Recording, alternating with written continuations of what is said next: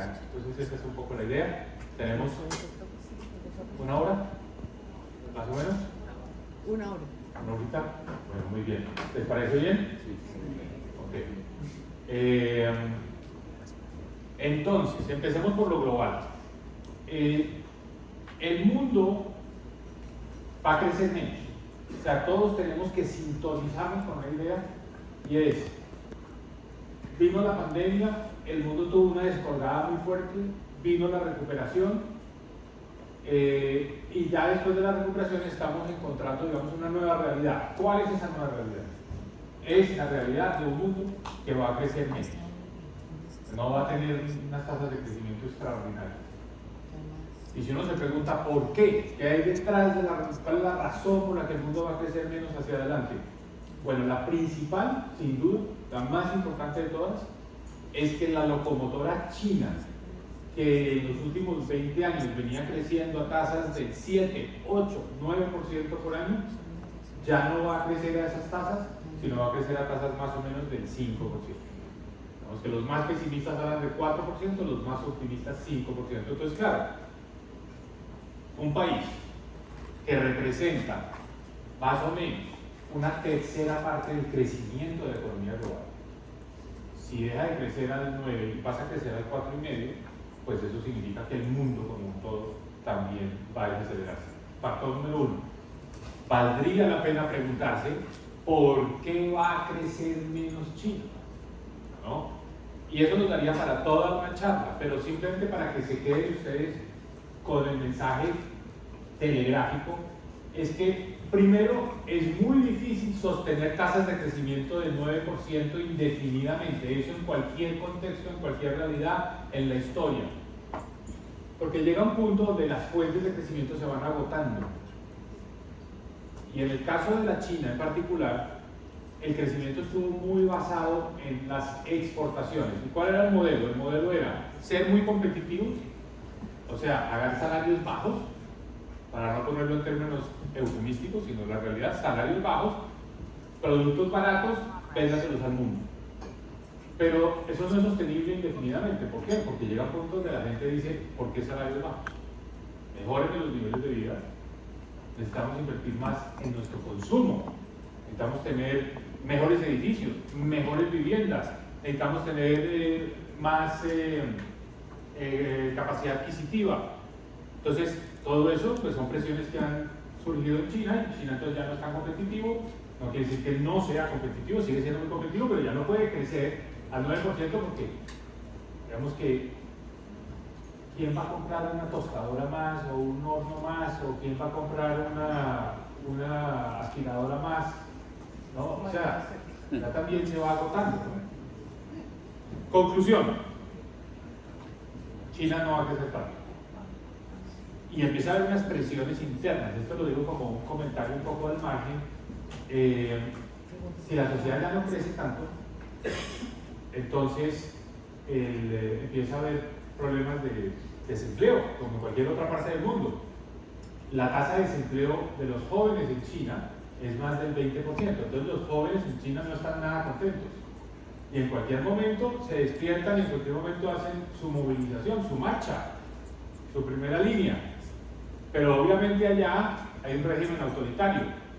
Entonces, ¿cuál es el temor? Pues de que haya más represión o que como instrumento disuasivo, cuando hay tensiones internas, el gobierno se cree un conflicto externo. Porque así como Putin invadió a Ucrania, Xi Jinping puede decidir tomarse a Taiwán, como para decir, no, aquí tenemos que estar unidos. En medio de, cuando hay tensiones internas, un conflicto externo genera esa unidad. Entonces, por eso es que el mundo está preocupado con China, porque no sabe cómo se va a desfogar esa crisis, esas tensiones internas. Entonces, esa es la explicación sencilla de lo que pasa con la China. No, esta explicación me la han dado a mí los estudiantes chinos que están en mi programa. Que yo los pongo a hacer trabajos y los pongo a hacer investigaciones y que me expliquen qué es lo que está pasando. La otra locomotora del mundo es Estados Unidos.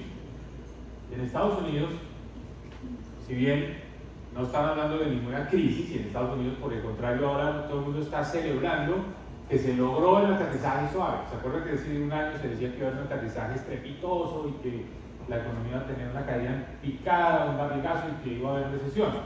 Y se le medía la probabilidad de que hubiera recesión. Recesión son 2 trimestres consecutivos de crecimientos negativos. Todo indica que Estados Unidos se va a ahorrar la recesión, no va a haber recesión. Esa es una muy buena noticia. Sin embargo, eso no quiere decir que las tasas de interés empiecen ya a bajar. Las tasas de interés se van a mantener altas por más tiempo, ¿no? Entonces, nosotros vivimos en un mundo, desde el 2008-2009, donde el costo del dinero, no para nosotros en Colombia, donde el costo del dinero siempre fue caro, pero vivimos en el mundo en general, sobre todo en las economías avanzadas, donde el costo del dinero era cero, la tasa de interés era cero, ¿no? O sea, la tasa de interés a la que los gobiernos tomaban recursos prestados era cero. ¿Por qué? Porque los bancos centrales, y la Reserva Federal, estaban dispuestos a comprar todos los papeles que emitieran los gobiernos por una política de dar liquidez. Entonces, vivimos en un mundo de tasas de interés cero, que coincidió también con un mundo de baja inflación, entonces por eso se pudo sostener y se pudo mantener. Pero todo eso cambió, especialmente después de la invasión de Rusia a Ucrania. No necesariamente porque la invasión en sí misma haya sido disruptiva, haya cambiado todo, sino que fue como un detonante a partir del cual se generó inflación. Venía también la inflación de los cuellos de botella de la pandemia y de los problemas de suministros en ciertos sectores, y coincidió con el aumento de precios de energía. En fin, se generó inflación. Ya hoy parece imposible pensar en que la inflación va a volver a bajar o que vaya a estar muy baja. Entonces, bienvenidos al nuevo mundo, a la nueva realidad. Ya no es dinero gratis al 0%, sino el dinero que va a costar al 5%. Esto para el gobierno de Estados Unidos. Para todos nosotros es 5 más algo, ¿no es cierto? Porque cada país o cada empresa o cada hogar paga una prima sobre esa base que es 5%. Entonces Colombia ya no es 5%, sino 10%, el gobierno de Colombia. Una empresa de las mejores de Colombia, de las más grandes, un Ecopetrol, o pensemos en empresas del sector privado que emiten bonos en el exterior, un Banco Colombia, en fin, emisiones al 10% o 11%, o sea, el dinero sobre más caro. Entonces, eso nos afecta a todo. Y el mensaje es, esas tasas se van a sostener altas por más tiempo. O sea, va a demorar más el mundo o los Estados Unidos en bajar la tasa de interés. ¿Qué quiere decir esto? Que si la tasa de interés ya se quedó más alta, pues la demanda también va a estar más limitada, el consumo, la inversión, y por lo tanto la economía no va a crecer tanto. Las perspectivas de crecimiento no son tan altas. La semana próxima se reúnen en Marruecos, se hace la reunión anual del Banco Mundial y del Fondo Monetario Internacional. O sea, ya van a salir unas nuevas proyecciones de crecimiento de la economía mundial. Y seguramente lo que se va a decir es que han mejorado un poco, que están un poco mejores. Pero es decir, que en vez de crecer el mundo al 3, va a crecer al 3.2. Ese va a ser como el mensaje de esa reunión. Pero el común denominador va a ser las tasas más altas por más tiempo. Nadie está pensando en bajar las tasas de interés. ¿Por qué? Esa es una buena pregunta. Porque la inflación no está todavía totalmente controlada. Ni en Europa, ni en Estados Unidos, ni en Inglaterra. Obviamente no acá. Entonces la inflación no está del todo controlada y por eso no pueden empezar a bajar las tasas de interés. Ese es el mundo. Entonces, dentro del mundo, ¿cómo lo vemos nosotros? Bueno, América Latina es esta línea verde. Entonces, no tengo que decirles mucho para que quede claro el punto de que el mundo va a crecer menos, y dentro del mundo, América Latina es una de las regiones que menos crece. Es una región que no está teniendo un buen desempeño. Y esto es bien interesante, porque el mundo no está mirando a América Latina, o sea, no está en el foco, ni por razones buenas ni por malas. No es que el mundo esté diciendo, oye, América Latina es las nuevas regiones, es una nueva frontera, hay que buscar América Latina. No, el mundo no está pensando en términos de América Latina. Por el contrario, América Latina se ve como una región que, contrario a lo que todos aquí pensamos, porque aquí nos convencimos de que habíamos salido muy rápido de la pandemia, ¿no es cierto? Y que éramos un caso muy exitoso de recuperación post-pandémica. No, América Latina es la región que, comparado con el nivel pre-pandémico, está más abajo. O sea, las más regiones se recuperaron más rápidamente, tienen un nivel más alto. Esto como región. Colombia ha ido relativamente bien dentro de la región. Bueno, entonces, volvamos a la China. China está en la mira de los Estados Unidos, porque los Estados Unidos fueron muy complacientes con la China, pero la China dio, por supuesto, pasos de animal no grande sino gigante, y Estados Unidos está haciendo la siguiente reflexión, está diciendo, nosotros crecimos a la China, el crecimiento de la China fue por cuenta del consumidor gringo, y estamos creando ese monstruo que nos va a desbancar como líder de la economía mundial, y nos va a desbancar porque tiene unas prácticas que, gracias a unas prácticas que no son democráticas, que no tienen que pasar por los procesos institucionales normales, sino que allá hacen lo que quieran, y eso va a quitarle la hegemonía a Estados Unidos, y ya se la está quitando en África, porque los chinos prestan,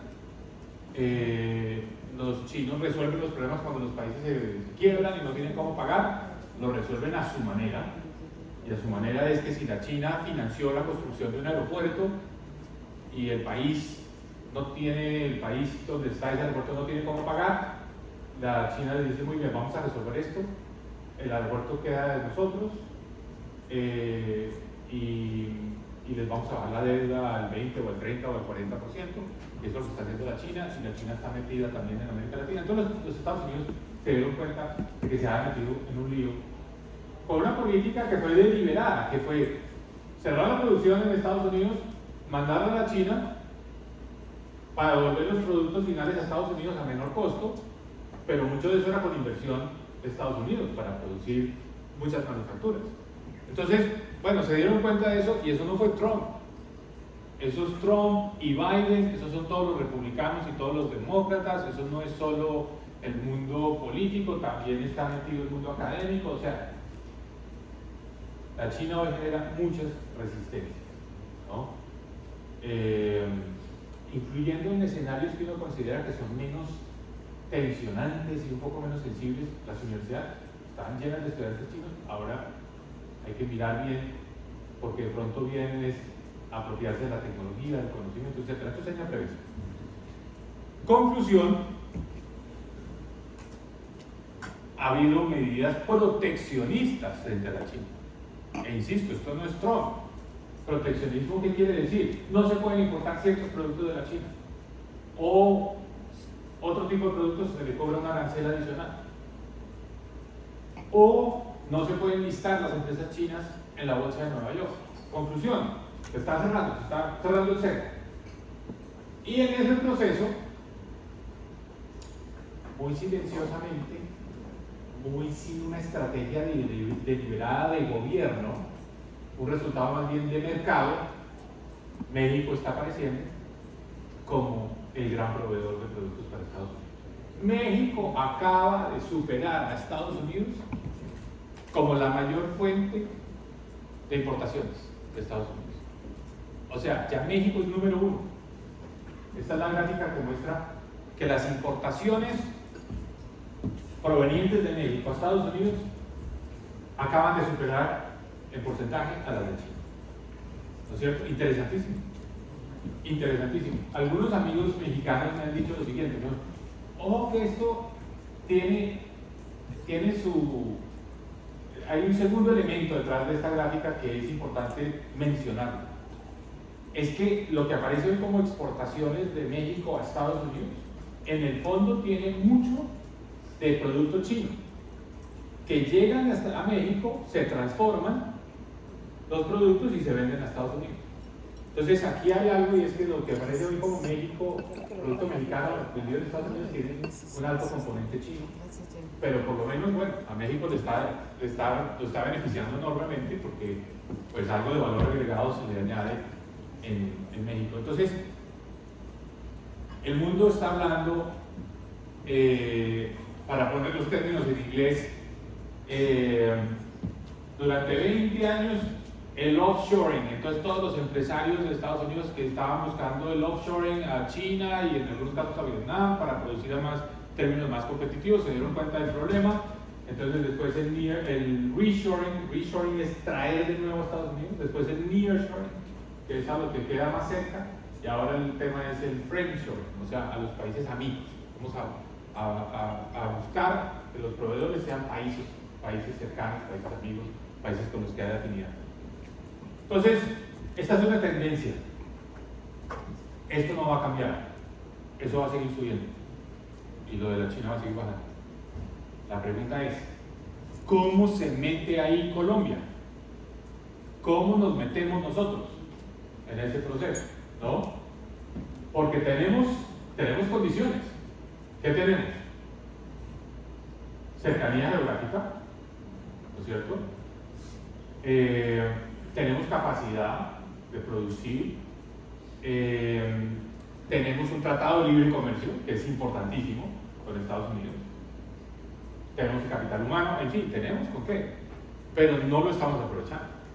Nosotros no hemos hecho nada realmente en este mundo de convertirnos en el reemplazo, así nos llegue una milésima de lo que se va a dar de comprar a la China, una milésima. Y hay veces que no son cosas tan obvias, no es como que quién va a producir, que ya no es el tema de quién está armando los electrodomésticos, no. El friendshoring va más allá de, digamos, de productos de manufactura livianas, también puede incluir servicios.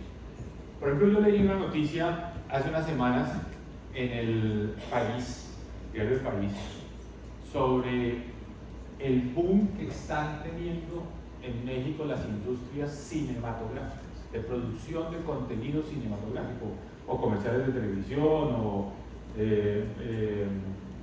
películas, etc. Porque hay un friendshoring, es decir, de una industria que es muy costosa, que es la industria de Hollywood o de producción cinematográfica. En México, pues hay gente bien preparada, gente que pues ha habido siempre una actividad cultural, artística muy importante, entonces están produciendo en México y no en Hollywood, ¿no? Y la noticia que leí tenía como un elemento interesante que es eso que llama la atención, es que el Hotel Four Seasons de la Ciudad de México, de todos los hoteles Four Seasons del mundo, es el que ha tenido más ocupación, porque tuvo más ocupación todo el año pasado. Y la razón es precisamente la gente que viene a filmar, a hacer producciones en Ciudad de México. Conclusión, esta es una tendencia. Entonces no solo son productos, pueden ser servicios, puede ser ofrecerle a Estados Unidos servicios en diferentes campos que podemos hacer más competitivamente acá. Bueno, esto es lo de las tasas de interés. No los quiero aburrir ni tampoco quiero exagerar con este tema, pero estas son las proyecciones. Esta línea azul oscura, fíjense que se va en la tasa de interés actual, entre 5.5 y 5.25, se va hasta finales del año entrante y solo bajaría para allá en el 2025. O sea, todo el año entrante las mismas tasas de interés de la Reserva Federal sin empezar a bajar tasas de interés. Pero hay un escenario, y es que de pronto vuelven y suben un poco más las tasas de interés. Esta incertidumbre existe, no se sabe si la tasa se va a quedar igual o si va a subir. Estos son los dos escenarios. El escenario de la línea azul, probabilidad del 35%, de la línea roja, 30%. O sea, entre los dos escenarios está el 65% de probabilidad. ¿Qué quiere decir? No estamos en un escenario de baja tasas de interés o reducción de tasas de interés por parte de la Reserva Federal. El mercado está apostando a que las tasas de interés van a bajar más rápidamente, pero yo el precio que le está poniendo el mercado es que la tasa de interés va a bajar más rápidamente, pero yo no creo en eso. Yo creo que va a seguir por un tiempo más. ¿Por qué? Porque la inflación en Estados Unidos está en el 3% y la meta es 2%. Esto de las tasas de interés, pues para nosotros acá en Colombia es muy relevante, ¿no? ¿Qué va a pasar con las tasas de interés? Entonces estas son las tasas de interés de los bancos centrales de América Latina, y esa es la inflación en los diferentes países de América Latina. ¿Qué se ve acá? Ya hay dos bancos centrales en América Latina que empezaron a bajar la tasa de interés. ¿Pero por qué? Porque las habían subido muy rápidamente, ¿no? Fíjense este caso, Brasil. O sea, apenas estaban saliendo de la pandemia, casi que estábamos todavía en la pandemia y ya empezaron a subir la tasa de interés. Y la subieron más que Colombia. O sea, la subieron casi al 14% y ya la empezaron a bajar. Por cierto, ha habido mucha fricción entre Lula y el Banco Central. Ojo, que aquí hay unos elementos en común en los países de América Latina. O sea, eso va a ser, es parte también de ese nuevo paradigma latinoamericano, la pelea entre los gobiernos y los bancos centrales. Bueno, pero en Brasil ya le pusieron la presión al Banco Central para bajar la tasa de interés, ya la bajó. El otro país que la bajó es Chile, porque fíjense que Chile también empezó rápido a subir la tasa. Chile es el verde, empezó antes que Colombia y también ya la bajó, pero sobre todo la están bajando, Brasil y Chile la están bajando. ¿Por qué? Miren la inflación de Chile, miren la inflación de Brasil. O sea, la inflación de Brasil ya casi en el 3%, la inflación de Chile como en el 4%. O sea, ya no hay problema, entonces baja la tasa de interés. Colombia, la inflación sí ha bajado un poco, pero sigue siendo alta. La inflación de Colombia ya se desvió mucho de la de los pares. La inflación de Colombia sigue siendo alta. Entonces, por eso la tasa de interés de Colombia, que es esta, 13.25, pues seguramente se va a demorar más en bajar. No están las mismas condiciones como que la gente dice, oiga, es que ya bajó en Brasil y ya bajó en Chile, tiene que bajar la tasa de interés en Colombia. Pero miremos con lupa la de Colombia. Entonces, ¿qué es lo que pasa? La inflación en Colombia está en 11.4%. La buena noticia es que la inflación de alimentos, que había sido la que presionó más al alza la inflación, ya se moderó. Eso lo sabemos todos. La inflación, digamos, de alimentos ya está en el 12%, pero llegó a estar en el 25%, por encima del 25%. Pero una inflación de 11.4% todavía es una inflación alta, sobre todo para un país que tiene una meta del 2 al 4%. Yo dije, honestamente, no creo que tenga la bola de cristal ni nada, pero cuando vi los datos de inflación de septiembre y sobre todo las encuestas del Banco de la República, dije, va a ser muy difícil que el banco baje la tasa de octubre. Mucha gente dijo, no, el banco sí la va a bajar. Hace 2 meses la gente esperaba que en octubre la tasa del Banco de la República bajara 50 puntos básicos. No bajó, no bajó. En parte porque yo siento que todavía está esta preocupación. Fíjense la inflación mensual. 0.7%,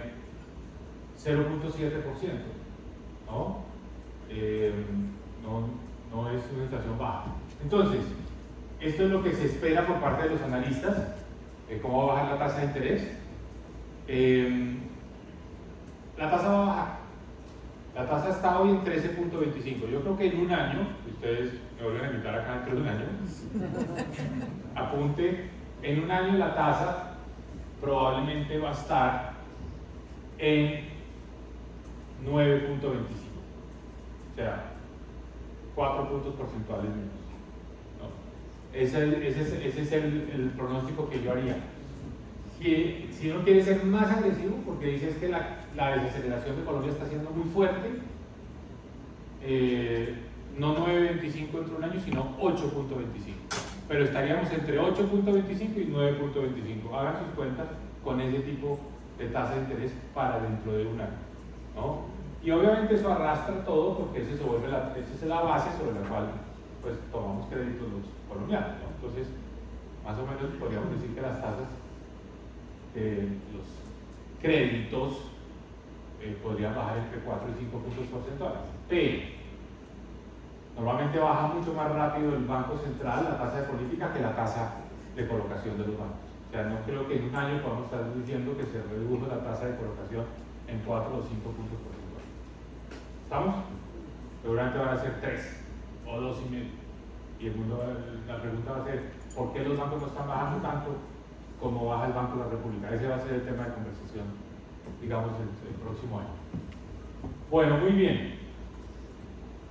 Tenemos otro tema que es muy importante, porque yo siempre pienso que para entender cómo opera un país y cuáles son las opciones que tiene y hacia dónde va, uno tiene que rayar una cancha, como decir cuáles son las limitantes dentro de las cuales se pueden mover los gobiernos o los bancos centrales. Una de ellas es el problema de inflación, ahí hay una cancha que limita mucho lo que se puede hacer. Otra es la deuda. ¿Por qué? Porque la deuda, pues en un país como el nuestro hay que pagarla, ¿no? A no ser que cambiemos de teoría y de paradigma de lo que siempre hemos hecho, que es pagar nuestra deuda. Las deudas son para pagar. Y nosotros somos un país, digamos que ha tenido una deuda pública en ascenso, que subió fuerte durante la pandemia, esa deuda, y que pues todo indica que se va a mantener alta. Ahora les voy a mostrar unas cifras de Colombia en particular, pero el mensaje es, en 8 días, cogen el periódico y dicen, oiga, yo quiero saber qué fue lo que se dijo en esas reuniones anuales del Fondo Monetario y del Banco Mundial en Marruecos. Probabilidad 9/10 que los titulares van a ser: el mundo está sobreendeudado, hay un problema de endeudamiento en el mundo, hay demasiada deuda, mucha deuda de los gobiernos, mucha deuda de las empresas, mucha deuda de los hogares. Y si no hacemos algo ya, ese va a ser el titular, eso va a explotar, ¿no? Es decir, hay mucha gente alarmista, obviamente en esto siempre hay los predictores de las debaques y los desastres, que está diciendo, va a haber la siguiente crisis es una crisis de deuda. Porque con ese ritmo de crecimiento menor, con tasas de interés más altas por más tiempo, la gente se va a reventar. Los países se van a reventar, las empresas se van a reventar, no van a tener cómo pagar la deuda. La gente se endeudó pensando que la tasa de interés era el 0. Figurativamente hablando, o la tasa de la Reserva Federal en el 0. Y como la tasa es 5, pues para cualquiera de nosotros es claro que si la tasa de interés es 5 puntos más alta, pues los cálculos que habíamos hecho para pagar las obligaciones cambian. Entonces, ojo, el titular va a ser: el mundo está sobreendeudado, hay que hacer algo, alguien tiene que perdonar, condonar deudas. Esa va a ser la conversación. ¿Y quién pone la plata? ¿Y quién pierde? ¿Y cómo es eso? ¿Y cómo se reparte? ¿No? Y ahí hay una conversación en el mundo compleja, porque en el mundo no existe un mecanismo para resolver esos problemas. No hay una regla de cómo se resuelven los problemas de sobreendeudamiento, en fin. En América Latina, el problema mayor lo tiene Brasil, ¿no? Que sigue teniendo un gran déficit fiscal, que sigue acumulando deudas, un problema serio. Que si ustedes piensan por un momento, a nosotros los mercados hoy nos tratan igual que a Brasil. Y uno dice, oiga, pero mire Brasil es un país que en lo fiscal es muy desordenado y como que no pinta que la cosa va a mejorar. Pero así nos están viendo los mercados a nosotros. Nos cobran exactamente las mismas primas de riesgo que Brasil. A pesar de que tenemos mejor calificación que Brasil. A pesar de que no tenemos un crecimiento exponencial de la deuda. Pero hoy esa es la lectura que están haciendo los mercados sobre Colombia. Entonces, o los mercados están equivocados y se corrigen, ¿no? Bajan los spreads, o puede bajar un poco la tasa de cambio, o los mercados están viendo lo correcto y nosotros simplemente es que no nos hemos dado cuenta, pero a nosotros nos están comparando hoy con Brasil. Pero bueno, pequeño paréntesis acá. ¿Están todos conmigo? Sí. ¿Sí? ¿Vamos por el camino correcto? Por lo menos en esta charla. Sí. Bueno, bien, entonces,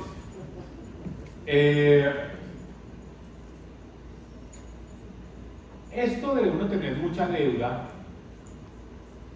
y que los mercados no lo perciben a uno bien, afecta a otra tasa de interés. En el mundo hay dos tasas de interés que son relevantes.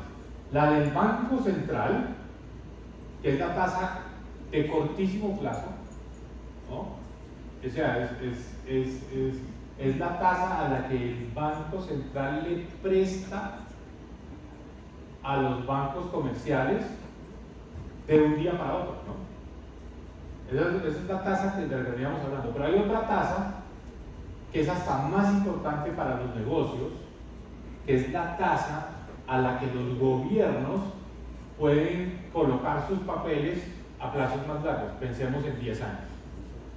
Esa es la tasa relevante, por ejemplo, cuando un banco va a prestar para vivienda, porque el crédito de vivienda es de 15 años o de 20 años. Entonces, esa tasa de largo plazo, y muchas veces esa tasa de largo plazo no tiene nada que ver con la tasa de corto plazo.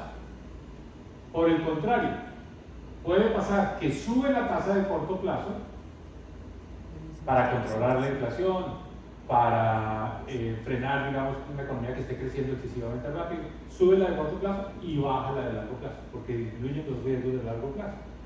Son dos dinámicas distintas. Entonces, por eso es importante ver esta tasa de largo plazo, porque esa es determinante. Por ejemplo, si una empresa va a emitir un bono, si lo que decían los créditos hipotecarios, es esta de la tasa a la que los gobiernos toman recursos prestados, emiten sus bonos a 10 años en este caso. Colombia, estamos más o menos en el 10, ¿no? Ha habido un pequeño aumento, llegamos a estar en una tasa casi del 15% cuando los anuncios equivocados del presidente Petro y de la ministra Irene Vélez, ¿no?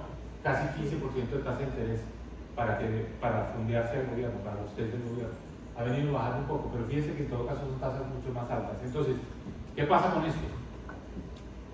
Al gobierno colombiano ya hoy le cuesta mucho más financiar su déficit. ¿Qué quiere decir? Que el pago de intereses se lleva una mayor participación, un mayor porcentaje del presupuesto general de la nación. Que nos gastamos más plata pagando intereses, ¿no?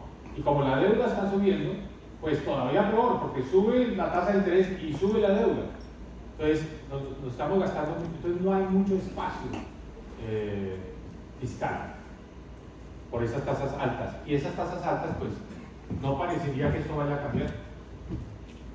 No creo que eso vaya a cambiar significativamente. Entonces, nosotros vivimos en el mundo, así como en Estados Unidos yo decía el dinero gratis y las tasas de cero y el gobierno de Estados Unidos financiado por la Reserva Federal a costo cero. Nosotros emitíamos test históricamente en la década pasada con tasas del 6, ¿no? 7, bueno, eso ya se volvió 10, 11%. Esa es la nueva normalidad. Esa es la nueva realidad. Ese es el costo del financiamiento. Y de ahí para arriba, cualquier negocio en Colombia. Entonces, esto que les conté de Estados Unidos tiene su aplicación, su reflejo, su espejo acá en Colombia. Bueno, muy bien. Dólar. Entonces, háganse cuenta que todas las monedas latinoamericanas las ponemos en un mismo partidor. Todas alineaditas el 20 de junio del año 2022, el día de las elecciones nuestras acá en Colombia, y empieza la carrera y muchas monedas se fueron fortaleciendo rápidamente.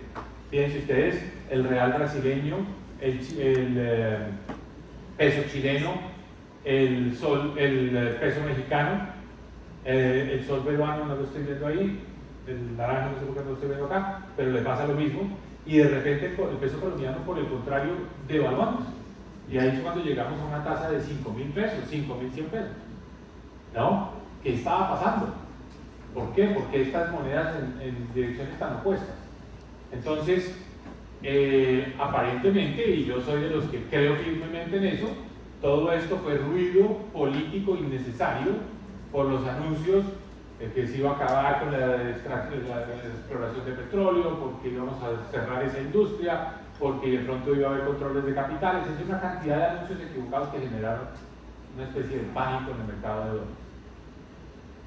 Eso se ha ido calmando Pero en estos últimos días hemos vuelto a pasar de tasas de 3.900 pesos a 4.300 pesos. Entonces mucha gente me está preguntando ¿por qué está subiendo el dólar? ¿Por qué está subiendo?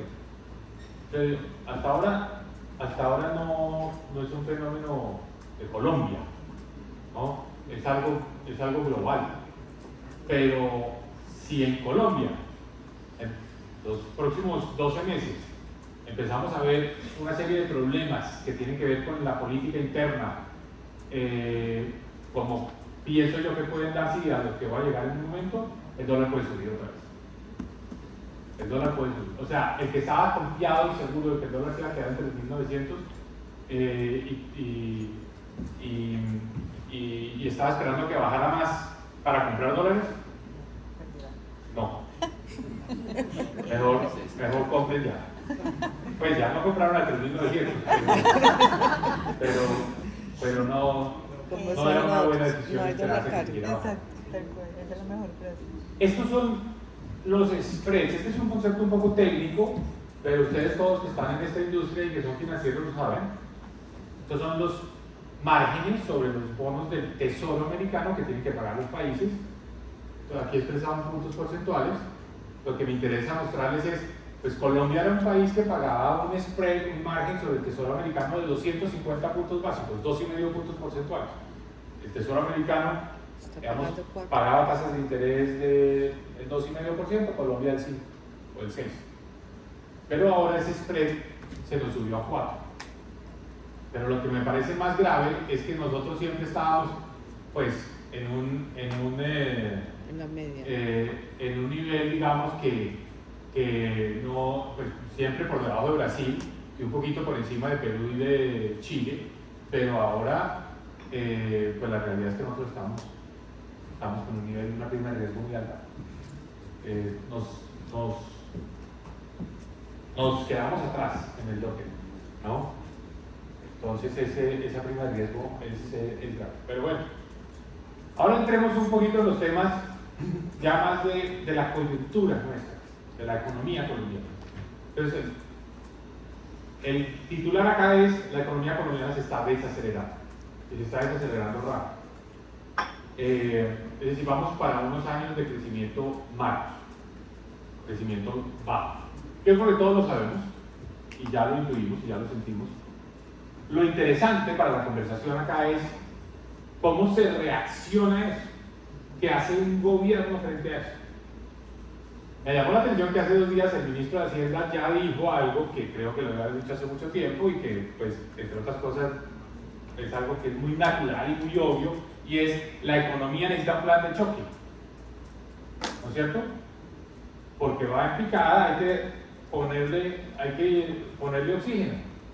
Entonces ya están hablando del plan de choque y, pues, oh sorpresa, el plan de choque es lo que siempre hemos hecho en los planes de choque en Colombia: vivienda e infraestructura. Eso es lo que están hablando. Pero un poquito tarde, pero sobre todo algo que les va a tocar hacer, y es como cambiar, si realmente quieren que eso tenga efecto, van a tener que cambiar un poco el discurso, porque eso va a requerir que el sector privado esté dispuesto a invertirle a las carreteras y que los constructores vuelvan a confiar en el tema de que va a haber subsidios y que los subsidios van a llegar a las grandes ciudades y que no va a haber un replanteamiento en ese sentido. Pero hay un elemento detrás, subyacente, que está en el ambiente, que es la seguridad, ¿no? O sea, podemos hablar mucho de los temas económicos, pero hay algo que está generando un problema de confianza, y es el deterioro de las condiciones de seguridad. Ya las últimas encuestas de este desarrollo están diciendo lo que los empresarios consideran que es el principal problema: no es solo la economía, sino que ha subido en el último año de manera muy fuerte la percepción de inseguridad. Entonces, esto se puede convertir en una fuerza adicional que va a deteriorar la inversión. Y este es el crecimiento económico de Colombia. La cifra para tener en mente en Colombia, casi que automáticamente, sin pensar, es: ¿cuánto es el crecimiento económico de Colombia en promedio, históricamente? ¿Cuál es el potencial de crecimiento económico de Colombia? 4%. No es nada extraordinario, no es tampoco pésimo, es la realidad. Esa es la tasa a la que hemos venido creciendo, digamos, desde hace mucho tiempo, 4%, ya digamos todo este ciclo. Pero resulta que para este año, el año entrante del 2025, ese promedio, el promedio de crecimiento va a estar por debajo del 2%. Este año casi del 1%, el año entrante 2% y en el 2025 seguramente 3%. Entonces, la pregunta es la siguiente. Un país acostumbrado a crecer al 4%, que a pesar de crecer al 4%, tuvo un estallido social violento, porque hubo mucho descontento y mucha insatisfacción. ¿Cómo se comporta ese país, no digamos después de un trimestre, 2 trimestres, sino de 3 años creciendo al 1 y pico por ciento? ¿Cómo se comporta? ¿Qué hace? ¿Protesta? ¿Sale a la calle? Yo creo que indiscutiblemente es un país que se hace sentir, porque esto no pasa desapercibido. Porque si algo he aprendido yo de mis experiencias en el gobierno, es que el gobierno puede tratar de contrarrestar algo que está pasando en la economía, puede inventarse un plan de choque, puede aumentar los subsidios, puede compensar a los taxistas que están descontentos por el aumento de la gasolina, puede tratar de hacer esas cosas, pero nunca logra contrarrestar la fuerza que tiene la economía como un todo. O sea, si los indicadores económicos no van en la dirección correcta, lo que hace el gobierno es paños de agua tibia, no logra cambiar el clima de opinión, no logra cambiar las percepciones de la opinión pública. Es decir, el Estado no tiene esa capacidad, el mercado es mucho más fuerte. Entonces, por más cosas que se invente el gobierno, esta realidad de un crecimiento económico bajo es inatajable, es inocultable.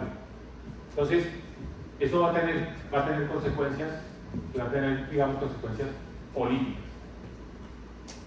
¿Cómo están ya los diferentes sectores? Entonces, los indicadores de crecimiento, los diferentes sectores están muchos en rojo. Crecimiento del primer semestre 1.4%. Ese es el mismo que está proyectado, digamos, en promedio hasta el 2025, 1.4%. ¿Quiénes están en rojo? Pues sectores importantes como la industria, como la construcción y el comercio. Mejor dicho, todo. Construcción, industria, comercio, ahí es donde está el empleo. Entonces están en rojo. Si yo fuera el presidente, yo dejaría de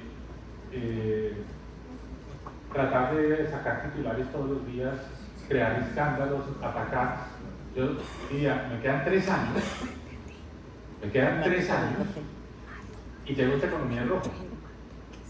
Y 3 años en rojo revientan a cualquier gobierno y revientan la popularidad de cualquier presidente. O sea, ese es el foco, no se debería estar hablando de nada más. ¿Cómo sacamos al país de esta situación? Por cierto, es interesante, bueno, se los muestro después. Confianza, la de los consumidores. Estas son encuestas de desarrollo. Terreno negativo, o sea, más pesimismo que optimismo, pero sobre todo se está, digamos, desalentando mucho la confianza de los empresarios de la industria y del comercio. Eso es grave. Y ahora, una encuesta de desarrollo le pregunta a los empresarios cómo evalúa usted o cuál es el principal factor para sus decisiones de inversión. ¿Qué es lo que más pesa en sus decisiones? Y pues hasta hace poco era el tema de que la tasa de interés, la política monetaria, hoy son las condiciones sociopolíticas. Eso es lo que más pesa en las decisiones. Y lo que estamos viendo es, pues, ya en cifras mensuales, la desaceleración de la industria y del comercio. Bueno, entonces ese es el panorama de una economía que se está descolgando rápidamente. Un último dato sobre el crecimiento. Algo que está, digamos, generando esa desaceleración es que si ustedes ponen aquí también en 100 prepandemia, 2019 igual a 100, y miramos los diferentes componentes de la demanda, uno que tuvo un crecimiento muy fuerte fue el sector público, porque mucho de lo que se hizo para salir de la pandemia fueron subsidios, apoyos, y esto obviamente ya se está retirando. Entonces ese crecimiento que se generó por la expansión fiscal está retrocediendo, pero algo que es importantísimo es que si la inversión, que es la formación de capital, maquinaria, equipos, edificaciones, vivienda, eso es la inversión, estaba en 100 antes de la pandemia, la inversión está ahora como en 80. O sea, estamos por debajo de la inversión. Entonces lo que nos sacó del hueco de la pandemia, ojo con esto es importantísimo, lo que nos sacó del hueco de la pandemia fue el gasto, el consumo. Parte del gobierno, parte, digamos, con nuestros propios ingresos. No fue la inversión está por debajo. Pero la inversión, si usted no hace inversión 3 años seguidos, ya después no tiene cómo crecer, ¿no? Entonces, el problema nuestro es que no hay inversión, que necesitamos estimular la inversión. Justamente cuando los empresarios están diciendo, pero ojo porque no hay condiciones sociopolíticas para la inversión, y ojo porque no hay seguridad. Ese es el problema.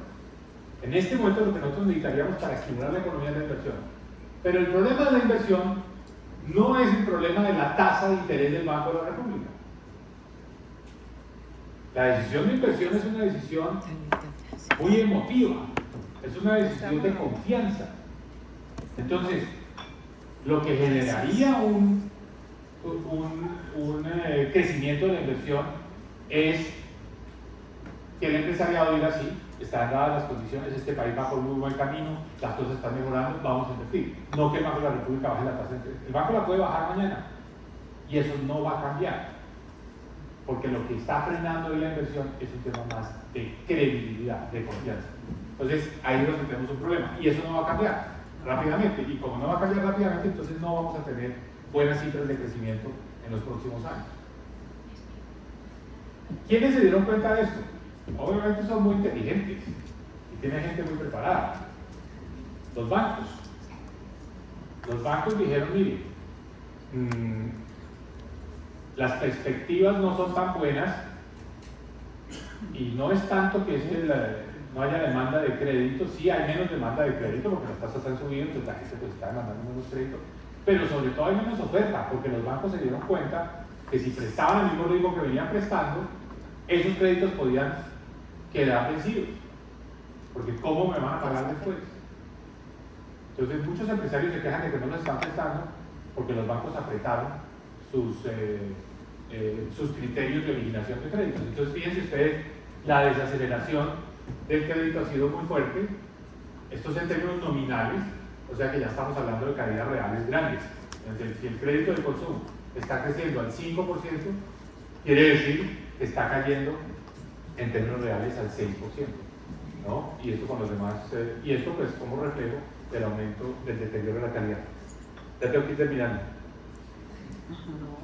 No, ¿Sí? queremos. A mí ya no me hay salió, problema. ya me salió el aviso. No Sí, siga.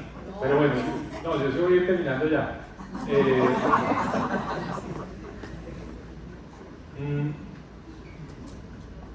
Entonces, yo no creo que la generación de confianza en este momento dependa del ministro de Hacienda, porque ese no es el problema.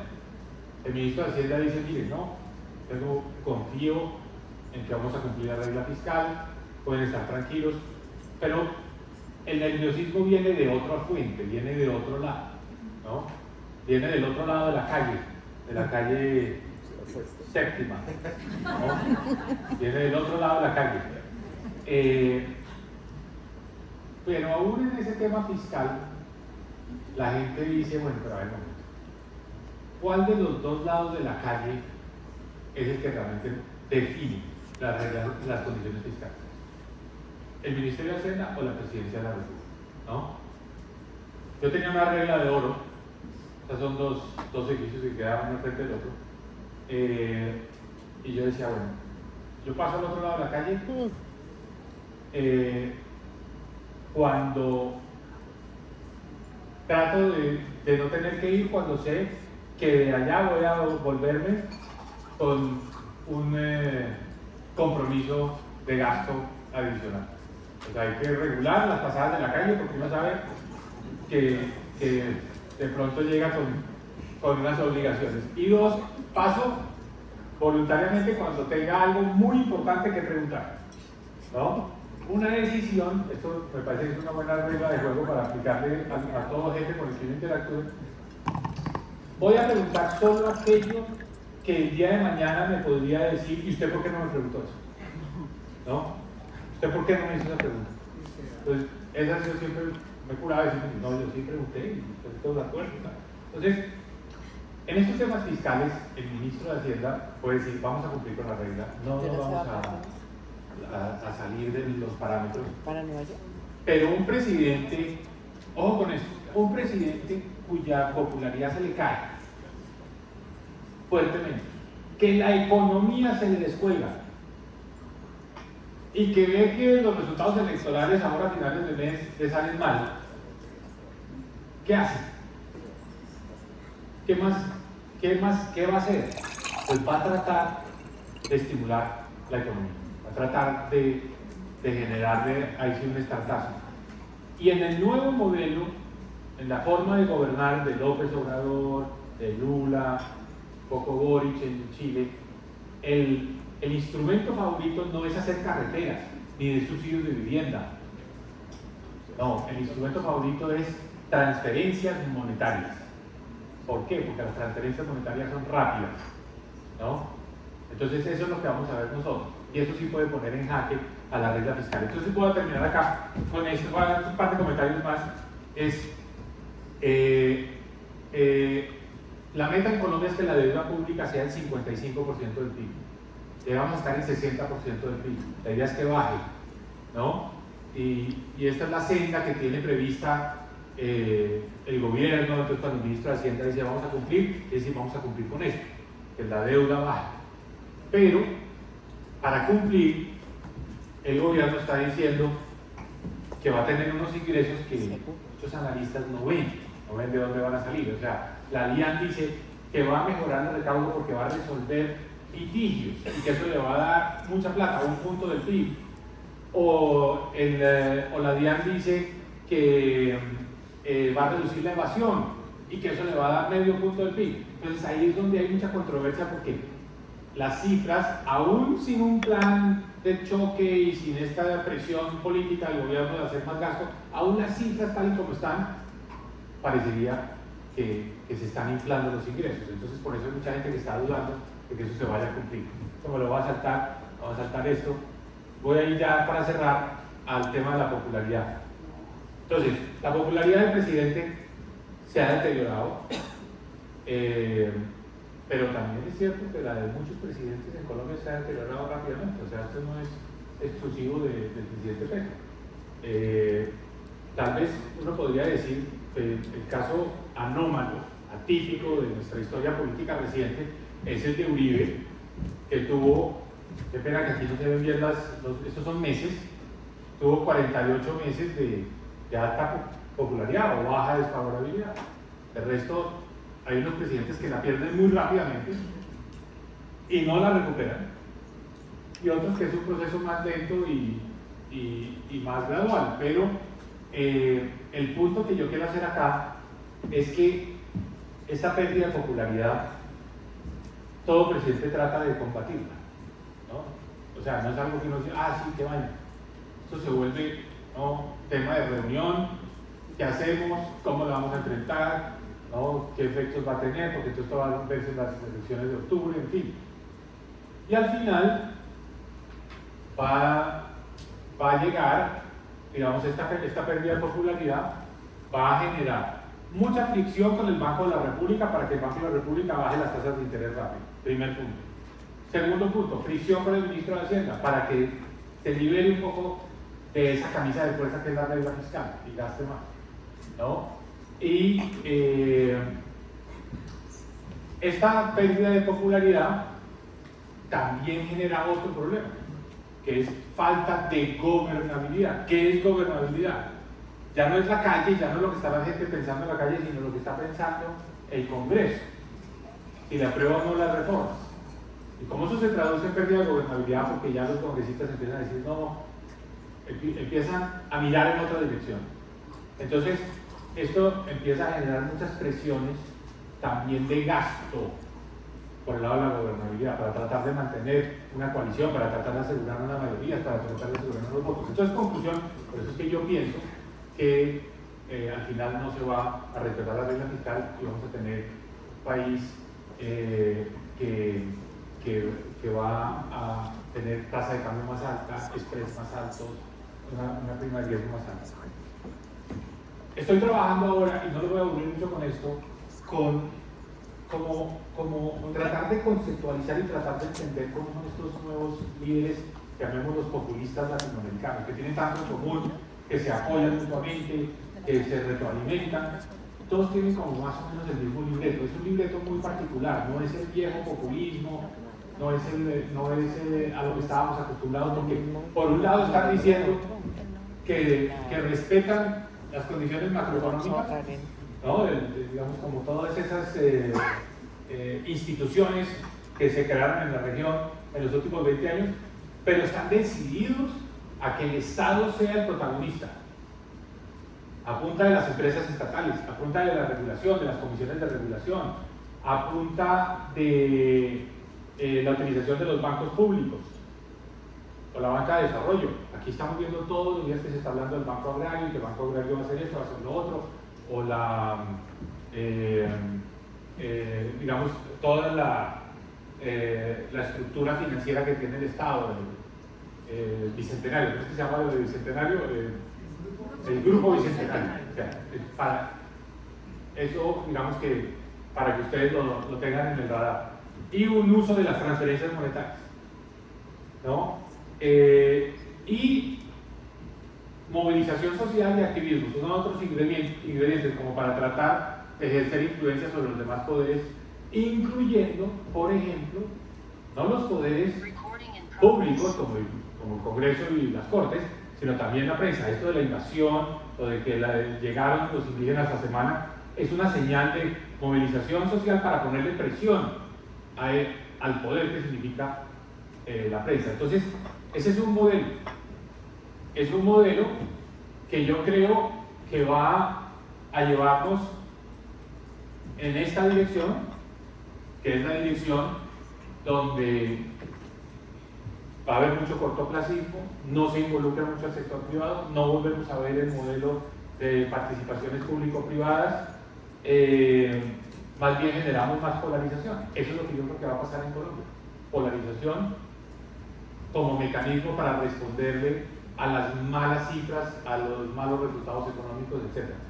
Cuando en realidad lo que deberíamos estar haciendo es decir, mire, América Latina y Colombia en particular podría estar ofreciendo la energía que necesita el mundo, los alimentos que necesita el mundo, el friendshoring, seguir el ejemplo de México. Podríamos convertirnos en la solución al problema de cambio climático ofreciendo los créditos de carbono, no con un discurso más de confrontacional, sino decir, aquí está el país que quiera venir a comprar créditos de carbono, se los vamos a vender, y ese va a ser un gran crédito de carbono. Los créditos de carbono van a ser una gran fuente de ingresos para Colombia, podrían ser. Entonces, si uno piensa en que aquí tenemos las soluciones a los problemas globales, si lo hacemos con el sector privado, en alianzas público-privadas, y al mismo tiempo diseñamos las políticas de largo plazo para poder aprovechar todas esas oportunidades, podríamos estar en un escenario completamente distinto al escenario del cortoplacismo, del populismo, que es un escenario que nos va a llevar en caída y que solo cuando estemos muy abajo, muy tensionados, vamos a poder tratar de revertirlo. Nos va a tocar pasar por una etapa muy difícil, muy dura, para poder llegar a tratar de enderezar las cosas más adelante. Pero la gran dificultad es si en ese deterioro se suma el problema de seguridad.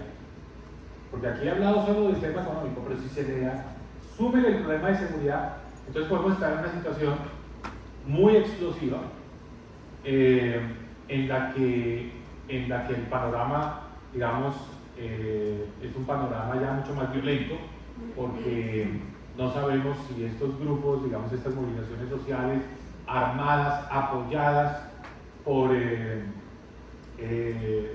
digamos, grupos ilegales, grupos al margen de la ley, se pueden convertir en un problema más grave. Entonces aquí hay muchos escenarios posibles, muy difíciles. Si uno piensa con el deseo y dice, bueno, un plan de choque nos saca y vamos a tener otra vez una economía que puede llegar a cierta velocidad de crucero, pero es difícil realmente pensar en que eso es posible. Hay muchos riesgos en el camino. Entonces, ¿cómo concluir esto? Que no podemos quedarnos simplemente decir, oiga, no, esperemos a ver qué va a pasar. No, yo creo que aquí ya es un tema donde si uno vivía en el mundo empresarial, en el mundo de los negocios o en el mundo académico y miraba este mundo de lo político y de lo público con una cierta distancia, ya eso no es posible. Ya ese modelo no es posible. Ahora tenemos que activarnos todos. Y activarnos todos quiere decir diálogo, hacer mucha difusión de ideas, hablar con las personas con las que ustedes trabajan, crear redes, estar opinando. Digamos, tenemos todos que involucrarnos. Esa es la palabra. No podemos quedarnos pasivos porque los escenarios de los próximos 3 años pueden ser unos escenarios que después se vuelve imposible de revertir. Entonces, no es el país de siempre, de regresar nosotros, las cosas aquí más o menos funcionan bien, yo sigo con mi negocio. No, ahora tenemos que sacarles todo tiempo, rato, cabeza, talento, capacidades de convocatoria, grupos de amigos de los del colegio, de la universidad, los colegas de la oficina, todo el mundo tiene que estar opinando y tiene que estar activo en esta conversación porque si no, vamos a lamentarlo después. Para hoy, muchas gracias. Muchas gracias.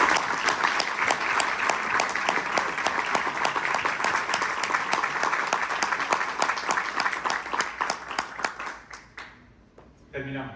Sí, señor. Listo. Muchas gracias, Mauricio, por Gracias. este completo panorama y por cerrar de manera positiva porque veía muchas caras preocupadas y las responsabilidades de todos. Continuamos con una corta intervención de Gustavo Morales, presidente de FASECOLA, quien nos va a mostrar unas herramientas de comunicación acerca de la cultura del seguro que FASECOLA pone al servicio de los corredores. Bienvenido, Gustavo. Hola, bueno, después de esa fascinante intervención del doctor Cárdenas, yo solo los voy a ocupar 3 minutos para compartir con ustedes una información que seguro muchos conocen, pero otros no. Tenemos en FASECOLA